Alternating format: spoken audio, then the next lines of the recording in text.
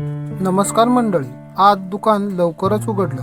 Customer पण होते आणि पाववाला भैया पण आला होता. त्याच्याकडून पाव. शाळेतली पोरं पण आली होती.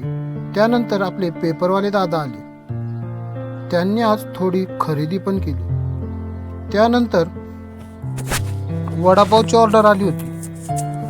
कस्टमरला सर्व्हिस दिली. त्यानंतर शाळेची मुले डबा खायला घरी चालली होती. ते पण दुकानात येतच होते.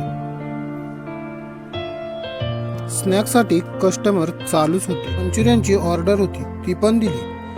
रेसिपी हवी असेल तर मला कमेंट करून सांगा, मी नक्कीच बनवेन.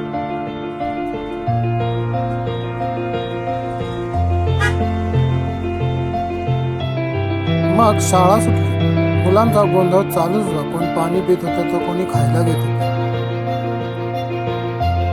मग हे कुरिअरवाले दादा आले. त्यांच्याकडून पार्सल घेतले.